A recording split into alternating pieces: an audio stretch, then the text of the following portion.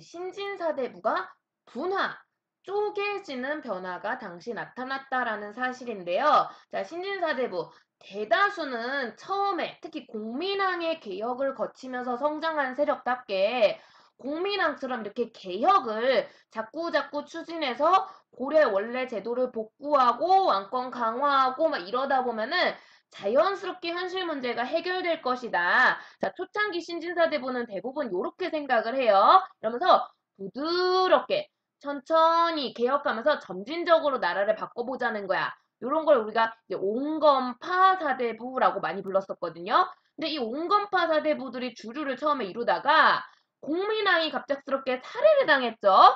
권문세족이 다시 판을 치면서 나라 상황은 더욱 안 좋아지는 모습이 보인다라는 거야.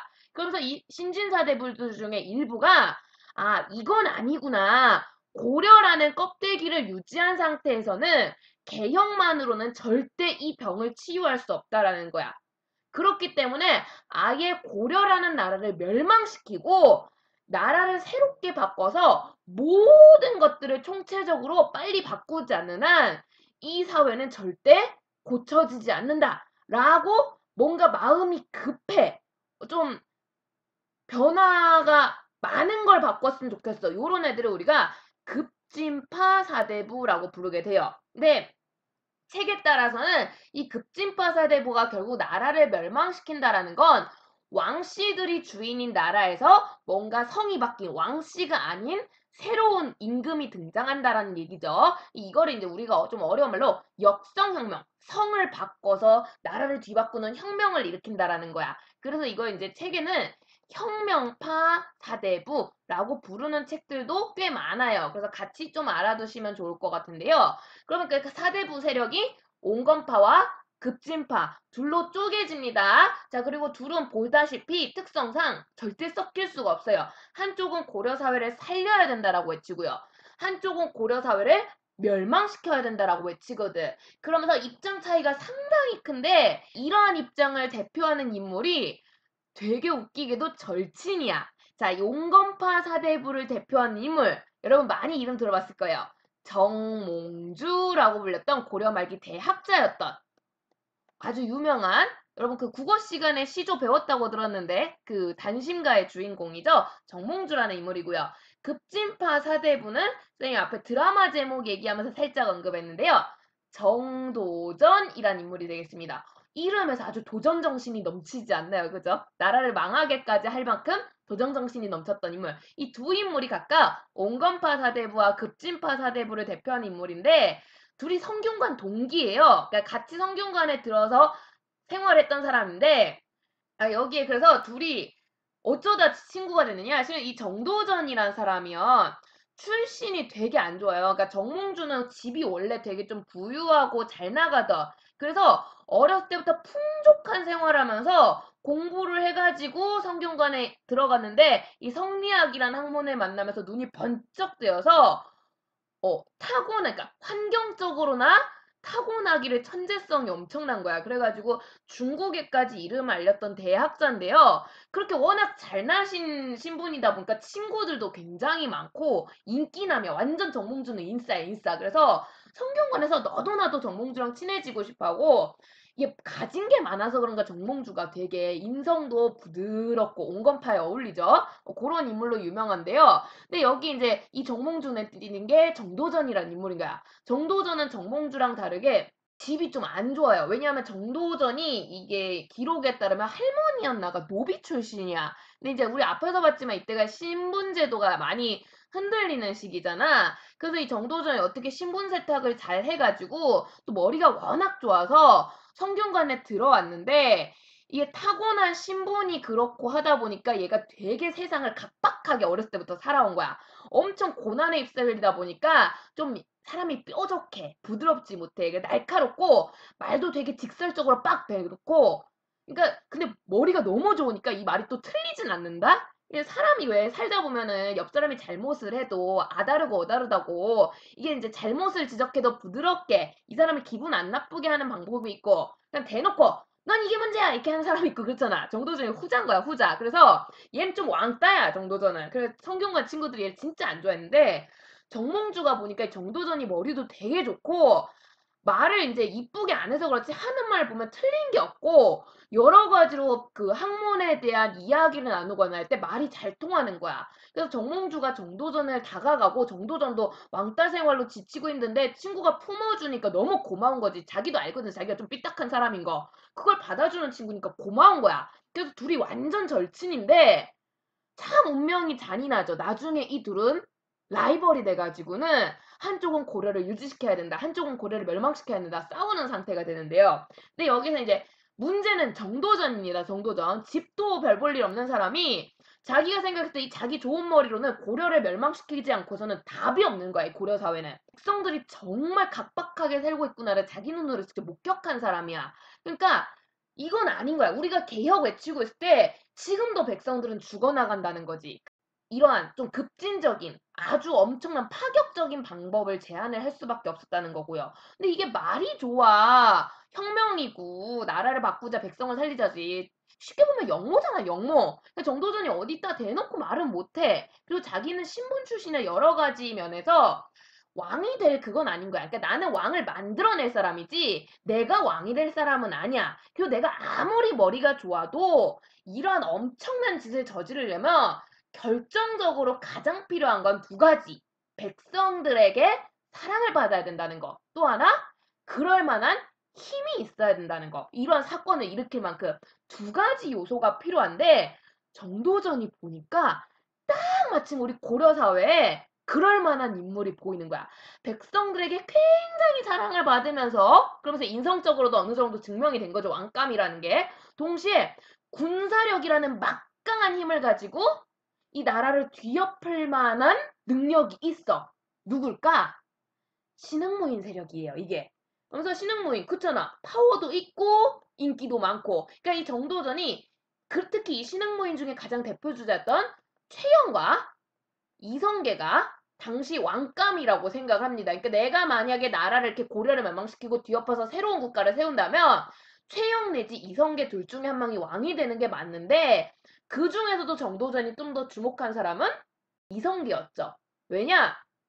최영은 아까도 말했지만 타고나기를 어쩔 수 없어요. 이 사람이 출신 성분이란 게 권문세족 출신이라는 걸 벗어날 수는 없어요. 그러니까 자기가 아무리 내가 아까 얘기했지만 권문세족 중에서도 매우 특수한 케이스고 본인 스스로는 자기는 이제 더 이상 권문세족이 아니라고 해. 나는 이제 무인이다. 이렇게 말을 하지만 집이 부유했었고 타고나기를 사랑받았고 풍요로웠고 고려 사회에서 굉장히 안정적으로 살아왔던 사람이라는 거예요. 최영은.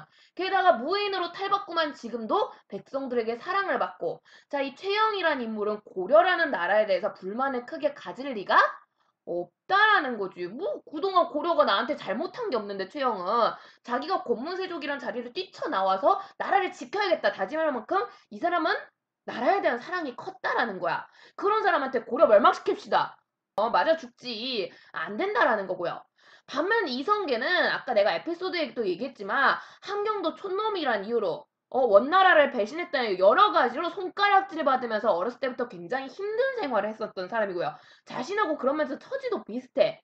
그리고 어떻게 보면 무인으로서 이름을 날리려는 게 나라를 사랑하는 마음도 없지는 않겠지만 집안을 살려야겠다. 우리 집안이 함경도 촌놈 깡촌에서 끝나는 게 아니라 정말 우리 아버지의 그 야망처럼 살려봐야겠다. 이런 욕심도 있을 거라는 거야. 근데 단순히 집안을 살리는 수준이 아니라 왕 한번 해볼래? 이러면 이성계가 어떨까? 충분히 흔들릴 수 있는 사람이라는 거지. 그러면서 정도전과 이성계의 사이가 점점 가까워지게 되고요. 자, 둘은 슬슬 고려 사회를 무너뜨릴 준비를 하게 됩니다. 자, 근데 그 내용은 시간 관계상 다음 시간에 좀 더 자세하게 설명을 하겠고요. 자, 그러면서 일단 오늘 우리는 새로운 세력 둘을 배웠어요. 내가 괜히 이거 시간 길게 끌면서 자세히 설명한 거 아니야. 중요한데 그러면서 일단 결국에는 우리가 지금 고려 말기잖아. 고려 망하기 직전 이 시기 크게 고려 사회는 세 개의 세력이 있는 거야. 첫 번째는 가장 문제가 되고 있던 하지만 힘은 당시 가장 셌던 권문세족이란 세력. 그지? 그리고 또 하나는 이 권문세족에게 저항하면서 고려 사회를 뒤바꿔 보려고 하는 신진사대부라는 세력. 자, 이 둘이 치고받고 싸울 때 나라가 너무 위기 상황에 빠졌어. 이 위기를 극복해보겠다고 스스로 무기를 잡고 뛰어들었던 신흥무인 세력. 자, 지금 고려사회 세 개 세력이 있거든요. 그러면서 이 세 세력, 자세히 보면 특징이 미묘하게 다릅니다. 비교하면서 알아두셔야 된다는 거고요.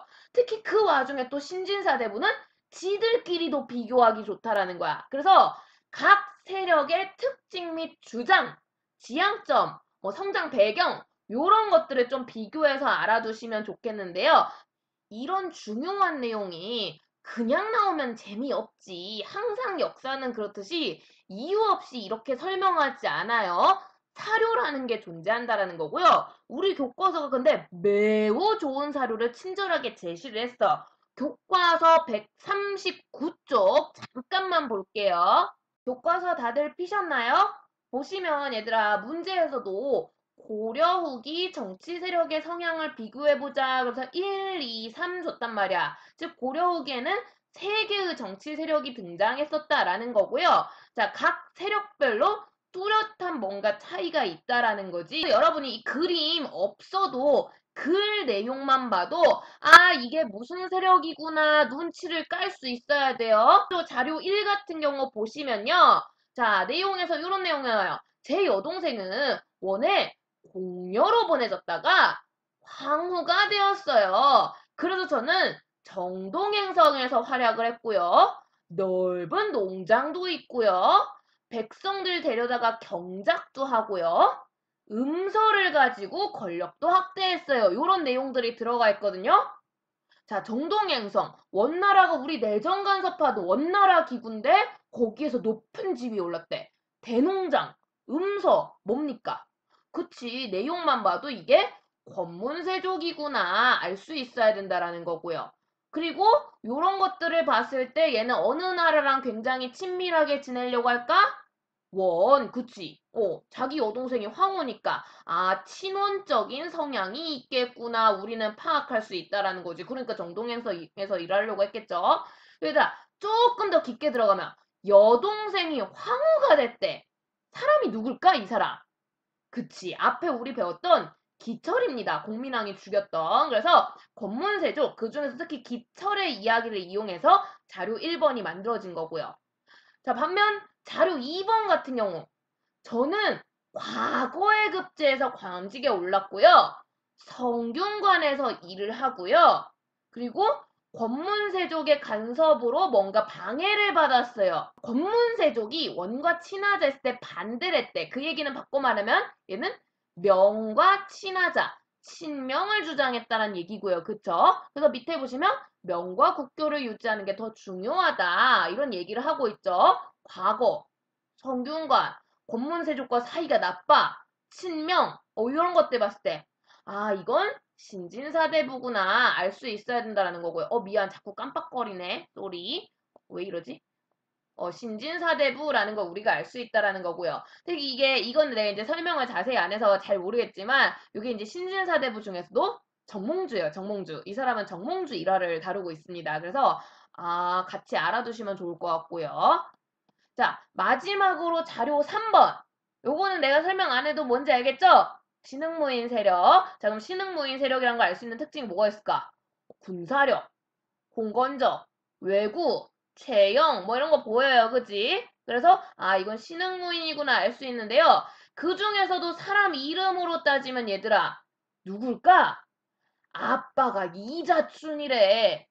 이성계죠. 요거는 이성계라는 걸 우리가 알 수가 있어요. 앞에 수업 잘 들으셨으면. 그래가지고, 아이고, 이제 너희 수업 끝내라고 컴퓨터가 깜빡깜빡거리는 게 이상하다. 자, 이거 메모를 좀 해두시면 좋겠고요. 실은 요 내용을 좀 더 체계적으로 잘 정리해 놓으라고 선생님이 학습지에 표를 만들어 놨어요. 특히 약간 신흥모의는 조금 비교하기가 기준이 좀 애매한데, 보시다시피 권문세족하고 신진사대부가 거의 반대 느낌 날 정도로 비교하기 딱 좋거든요. 그 내용을 학습지에 적어놨으니까 빈칸 잘 채워주시고요. 빈칸 모르겠는 거 질문하세요. 다음 시간에 그거 바로 채우면서 진도 이어서 나가도록 하겠습니다. 시간이 좀의 오바가 되었는데 미안 이게 깔끔하게 마무리를 짓고 가는 게 좋을 것 같아서 그래서 요 내용 지금 보면은 공민왕 개혁에서 연장선상에서 지금 내용이 이어져요. 잘 공부하시고요. 요 내용을 잘 아셔야 뒤에 이제 조선이 만들어지는 과정을 무리 없이 이해하실 수 있을 것 같습니다.